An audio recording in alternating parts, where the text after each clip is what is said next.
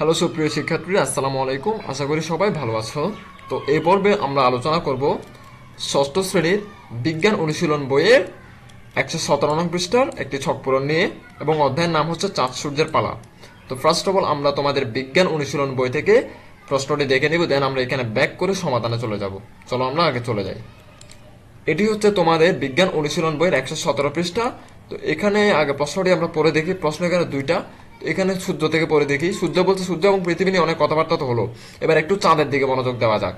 চন্দ্রগ্রহণের নিয়ে আমরা আগের ভিডিও আছে কিন্তু আলোচনা শুরু হয়েছিল, সেখানেই ফিরে যাব আমরা। তবে তার আগে চাঁদ বিষয়ক আমাদের সবচেয়ে পরিচিত অভিজ্ঞতা দুটি একটু ঝালিয়ে নেওয়া যাক। তোমরা সবাই নিশ্চয় পূর্ণিমার অমাবস্যা দেখছো দেখছো না? কেন ঘটে তাও হয়তো অনেকে জানো। তোমাদের বানানো মডেলের সূর্য, চাঁদ আর পৃথিবীর অবস্থান সেট করে দেখতে পারবে কখন পূর্ণিমা আর কখন অমাবস্যা হয়। দলের সকলে মিলে চেষ্টা করে দেখো। তো এখানে বুঝছো তো ঘটনা কি? এখানে পূর্ণিমা এবং অমাবস্যা নিয়ে লিখতে বলছে, আর এটা আমি পড়তেছি না।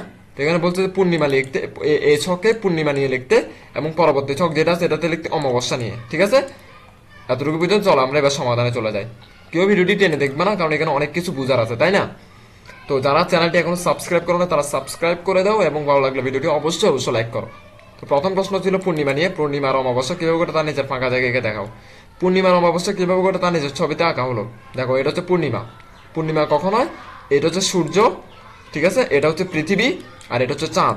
যখন সূর্য এবং চাঁদের মাঝখানে পৃথিবী থাকে একই সরল রেখায়, মানে একবারে একই সেম সরল রেখা, একবারে সমানে, তখন এটা হয় পূর্ণিমা। ক্লিয়ার?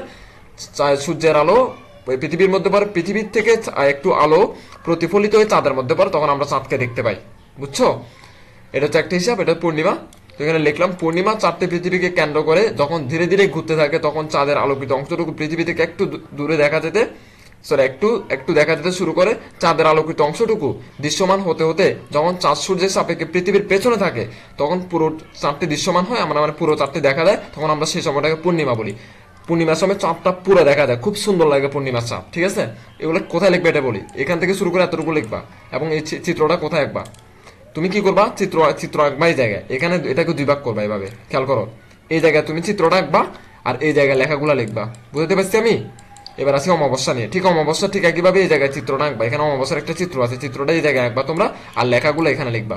বুঝতে পারছি আমি? লেখাগুলো এই জায়গায় লিখবা। ঠিক আছে, এবার আমরা সমাধানে যাই, দেখে নিই।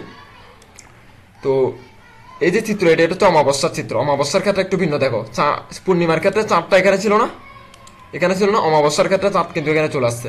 ঠিক আছে, তো অমাবস্যার ক্ষেত্রে কি হয়? সূর্য এখানে, সূর্যের পরে চাঁদ, চাঁদের পরে গিয়ে পৃথিবী। তো সূর্যের কারণে সূর্যের আলো, চাঁদের কারণে সূর্যের, সরি, চাঁদের কারণে সূর্যের আলো পৃথিবীতে এসে পৌঁছায় না, তখন আমরা সূর্যকে দেখতে পাই না। তো যখন আমরা অমাবস্যা বলি এটাকে, এটা লেখাটা হচ্ছে পৃথিবীকে ঘিরে ঘূর্ণনের সময় চাঁদ যখন পৃথিবী আর সূর্যের মাঝখানে থাকে, মানে চাঁদ পৃথিবী আর সূর্যের মাঝখানে, সূর্যের আলো তখন চাঁদের পেছনের দিকটা আলোকিত করে। পৃথিবী থেকে আমরা সেই চাঁদ আলোকিত অংশটি দেখতে পাই না। এই যে মনে করো তুমি এখন এই পৃথিবীতে আসো না, এই তুমি কিন্তু চাঁদকে দেখতে পারবা না এখন। কেন দেখতে পারবা না? এই যে সূর্যের আলো, কারণ চাঁদের পেছন দিকে পড়তেছে, সামনের দিকে তো আর পড়তেছে না। তার মানে এইখান থেকে এই অংশটা অন্ধকার থাকে। এই অন্ধকার থাকার কারণে আমরা এটা দেখতে পাই না। বুঝতে পারছি আমি? তো বলছে যে পাই না বলে চাঁদের আমাদের সামনে অন্ধকার বা অদৃশ্য বলে মনে হয়, সেই সময়টাকে আমরা অমাবস্যা বলি। আমি আশা করবো ভিডিওটি যারা পুরো দেখছো তাদের কাছে এটা পুরো ক্লিয়ার, পূর্ণিমা এবং অমাবস্যা কি জিনিস। তো আজকের ভিডিও এতটুকু পর্যন্ত।